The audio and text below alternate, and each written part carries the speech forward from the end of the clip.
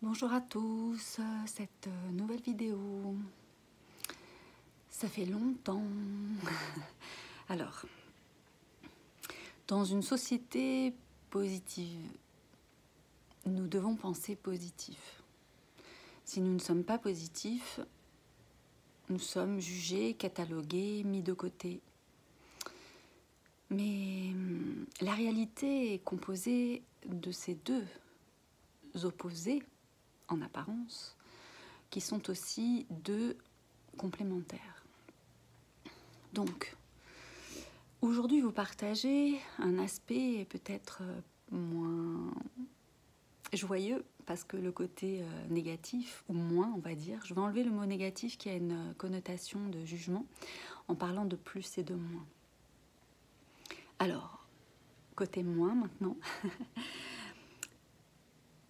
nous sommes tous confrontés à une réalité où il y a du jugement et de la condamnation, de la vengeance, de la méchanceté.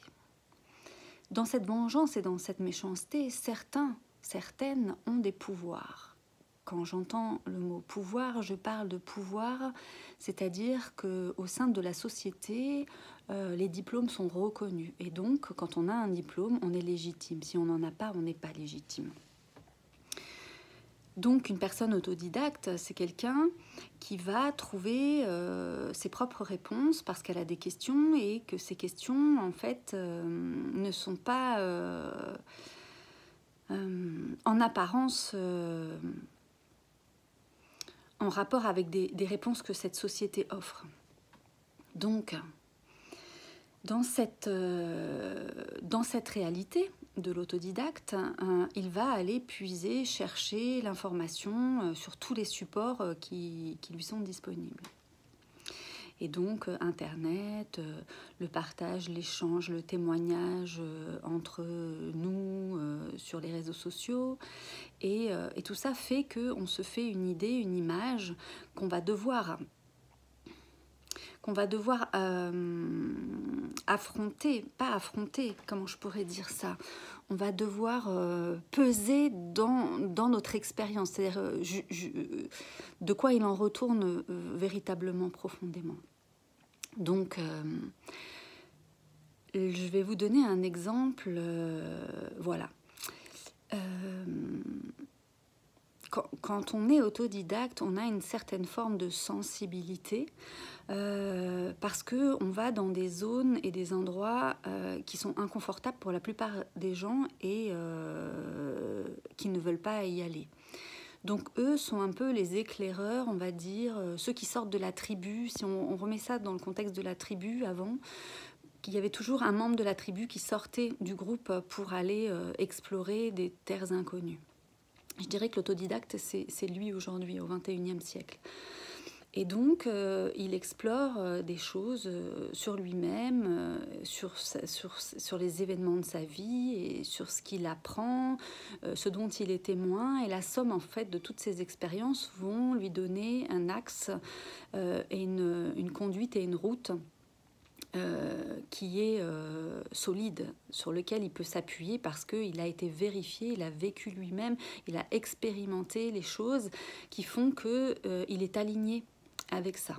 Et que personne ne pourra lui dire le contraire, même si tout le monde en face, en fait, lui dit qu'il a tort. Il est ancré, centré dans sa vérité. Ça peut être l'image du sage, hein, tout simplement, de tous les sages qui ont traversé l'histoire et qui nous parviennent aujourd'hui sous forme de contes, de légendes ou religieux même. Hein. Jésus, par exemple, est un de ceux-là, et d'autres encore, Bouddha et Abraham et tout dans toutes les cultures. Et 5000 ans encore avant aussi en Chine, parce que en ce moment, je ne sais pas si vous avez vu, mais il y a Shen Yun qui se produit en France, et je vous invite vraiment à aller le voir. Je l'ai vu, c'était pendant le Covid ou avant le Covid, je ne sais plus, cette période-là, en 2019 je crois, et j'avais une question qui était restée sans réponse jusqu'à ce moment de ce spectacle. Plusieurs années avant, quand je suis venue m'implanter dans le 15e, j'ai été à un parc à côté et il y avait une manifestation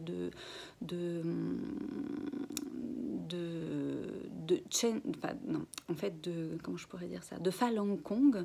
Donc c'est une méthode de respiration, de méditation qui permet en fait de régénérer son corps dans la totalité des organes et tout ça. Et en fait, ils faisaient une manifestation parce qu'ils étaient poursuivis par l'armée chinoise parce qu'ils disaient qu'on les kidnappait et qu'on les... C'est dur, hein, mais il faut le dire, qu'ils étaient pourchassés et emprisonnés et on leur volait leurs organes en fait. Tous leurs organes étaient vendus très très cher parce que leur santé était parfaite. Donc c'est un peu flippant en fait d'en parler et de communiquer ça et de le vivre. Et moi, à ce moment-là, ça m'avait choquée. Et j'essayais de comprendre comment c'était possible, comment quelqu'un d'humain, avec un cœur, avec une conscience, avec tout ce qu'on sait aujourd'hui, Internet, comment des êtres peuvent agir de la sorte.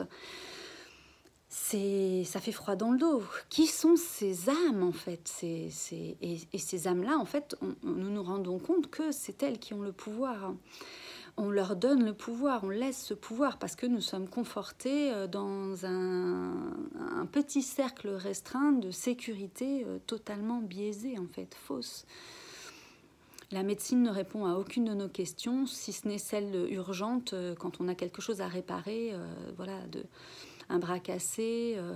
Mais après, les maladies qui revêtent des médicaments et des choses comme ça sont en majorité reliées aux émotions et à l'alimentation et à tout le déséquilibre organisé que toute cette manière que cette société nous oblige à vivre d'une certaine manière, mais on l'accepte en fermant les yeux. Mais aujourd'hui, on ne peut plus fermer les yeux, c'est plus possible. Donc voilà, il faut parler.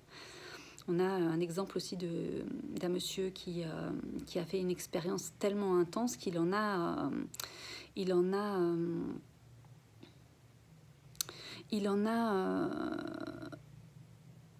transformé ce moi en plus. C'est Thierry Casasnovas qui est aujourd'hui en garde à vue parce qu'il on l'accuse de médecine illégale, enfin de faire de la médecine illégalement. Et donc il y a énormément de gens là que ce soit des infirmiers, des médecins, des choses comme ça qui s'élèvent pour le soutenir parce que il a osé aller là où ça blesse, en fait, où le bas blesse dans cette société. Et en ce moment, ça craque de partout, voilà. Et donc, je voulais faire ce témoignage aujourd'hui. Donc, je vous ai donné quelques exemples avant, mais mon témoignage était celui-ci, c'est que je suis allée chez un dentiste, c'était une femme dentiste. Cette femme, en fait, par son comportement, révélait une certaine jalousie envers une certaine caractéristique de certaines femmes, dont je faisais partie. Et très souvent, elle me faisait des blagues un peu douteuses sur la beauté. Elle me montrait des photos d'elle, belle. Et vraiment, c'était... Voilà. Et en fait, dans mon enfance, j'ai eu aussi affaire à un homme comme ça. Son vice, parce que j'appelle ça un vice, et c'est pas un jugement, une condamnation, c'est juste une certaine perversité en fait. Cette perversité que l'on a tous si on s'en occupe pas, si on n'essaye pas de voir d'où elle vient et essayer de la traiter, de la guérir, de la soigner. On est tous pareils, je veux dire, on est tous passés par là, mais quand on le reconnaît, on peut pas vivre avec. On doit essayer de comprendre d'où ça vient, pourquoi, comment, et pouvoir mettre cette énergie à sa juste place, qu'elle serve à un plan plus grand. Et donc, si c'est celui d'enseigner, tant mieux, elle aura fait son job et je la remercie. Donc, cette énergie, c'est une énergie de conscience. Et donc, j'appelle ce vice, cet état de fait, parce que quand on fait ces choses-là, et je vais vous expliquer, vous penserez, vous pourrez peut-être partager, tu pourras peut-être partager dans le commentaire plus bas ce que tu penses et ce que tu vois et ce qui te parle par rapport à ça, ce que je partage. Mais voilà, donc ce dentiste, en fait, me faisait un trou dans la dent d'à côté. Ce qui fait que régulièrement, j'allais chez le dentiste. Et c'était horrible parce qu'à l'époque, quand on traitait une carie, les dentistes ne faisaient pas de piqûre d'anesthésie. Il le faisait que s'il arrachait une dent ou s'il dévitalisait une dent. Mais pour soigner les caries, c'était la roulette. Et donc, souvent, il me disait, quand je disais aïe, parce qu'il me dit si ça fait mal, tu le dis. Et donc, je faisais aïe, et en fait, il me disait mais non, c'est pas possible, j'ai pas encore touché la dentine, bref. Bon, à l'époque, je comprenais rien, même encore aujourd'hui, c'est pas ça le problème, c'est que, en fait, ce médecin ne réalisait même pas que la roulette qui tourne en fait sur quelque chose, donc sur quelque chose qui est dur, en fait se met à chauffer, et cet échauffement en fait se propage dans toute la dent jusqu'au nerf. Quand on boit quelque chose de froid, vous voyez la sensation que ça fait, et très chaud aussi, ça peut faire mal aux dents. Donc ça, et en fait il faisait donc un trou dans la dent d'à côté pour que je revienne simplement et qu'il continue à se faire une clientèle.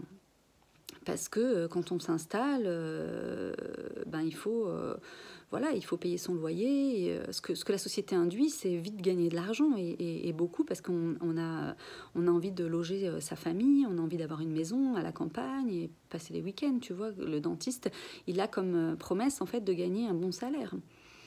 Donc voilà, et donc ça s'est reproduit. Alors donc c'est reproduit avec cette femme, le dentiste et tout, qui m'a fait un trou dans la dent d'à côté. Et en fait, elle a été maligne parce qu'en fait, ce trou-là, elle me l'a fait sous la gencive, parce qu'à ce moment-là, elle traitait 2 dents à côté, qu'elle aurait pas dû parce que je lui avais dit non, mais elle a estimé qu'elle devait le faire, et alors que j'étais venue pour une dent qu'elle n'a jamais regardée, qui me faisait mal, mais qu'elle n'a jamais regardé, qui m'a dit que c'était une fêlure, et que voilà. Voilà. Donc voilà, je témoigne de ce phénomène de pouvoir qui est entre les mains de personnes qui abusent et qui dans leur conscience en fait ont des actes criminels envers des personnes qui n'ont rien à voir avec leur vie personnelle, et qui ne sont en aucun cas ni l'homme et la femme en question pour lequel elle a des émotions négatives. Et donc, nous payons les frais de ces gens-là qui ne font pas un travail sur eux et qui ont un pouvoir. Et ça se fait dans tous les domaines et toutes les couches, en fait, que ce soit médical, mais aussi public, administratif. Dans la justice, les lois, les règlements, les réglementations, la police, même dans la religion. Enfin, c'est vraiment un engrenage comme ça des uns sur les autres et ces énergies-là sont sous-jacentes, elles sont invisibles, elles sont vécues parce qu'on le subit, et il faut en parler. Cet invisible aussi a des caractéristiques, a des comportements qu'il faut nommer pour que chacun de nous en fait puisse demander à l'univers des solutions pour régler ça, parce que dans l'invisible, nous avons un pouvoir, et ce pouvoir-là, c'est celui-là aussi. Donc, je me présente aujourd'hui, voilà, sans fard, sans maquillage, je suis telle qu'elle. J'ai pas envie de me travestir pour vous faire croire à la beauté de la vie, au positivisme. Non, il y a aussi ces moments moins, je les vis aussi également. J'enseigne également, donc j'ai ma responsabilité aussi dans ce cheminement et dans cette transmission, qui je suis et de quel droit je peux me permettre de donner des informations ou des indications. Voilà. Il faut qu'à l'intérieur de moi, il y ait quelque chose qui soit aligné. C'est une responsabilité, hein. Le pouvoir, c'est quoi? C'est la parole, c'est témoigner, c'est ça que je voulais faire. Et c'est ça le pouvoir que nous avons tous ensemble. Et demandons à l'univers à voix haute, en fait, d'améliorer. Il y a des choses bien dans cette société, mais il y a une mainmise du pouvoir qui est malsain, et qui est dans les couches du pouvoir au-dessus de la loi humaine, et qui est fausse en fait. C'est faux. Et il faut dire que c'est faux, et que c'est mensonger, et qu'on n'a pas à subir cela. En tout cas, on l'a suffisamment subi pour maintenant demander à vivre ce que c'est l'inverse, la santé idéale. voilà, et tout ce qui va permettre cette santé idéale et la régénération de tout. Même pourquoi pas la jeunesse éternelle si on y aspire, et puis l'immortalité si on y aspire, pourquoi pas. Donc une nouvelle réalité où tout serait possible, pourquoi pas, puisque ce moi a été tellement profondément dans les enfers qu'on peut peut-être refermer la porte derrière lui et enfin vivre cet espace inversé, puisque le monde était inversé, on va le remettre à l'endroit. Donc voilà, qu'est-ce que vous en pensez? Voilà, mettez-moi vos commentaires sous cette vidéo, je vous remercie. Voilà, vous pouvez participer ainsi à cette belle mise en place de l'univers proche, du futur proche et même de l'instant présent, on va dire, parce que c'est ça, revenir à l'instant présent, c'est qui je suis, où je désire aller à partir de maintenant, voilà, en utilisant donc tout le passé pour projeter vers l'avenir, mais cette fois-ci avec un filtre de conscience et de ne pas refaire les mêmes erreurs. Merci à vous, j'attends vos petits messages avec impatience. Merci à toi pour ton écoute, pour le temps que tu passes à, voilà, à t'informer. À bientôt.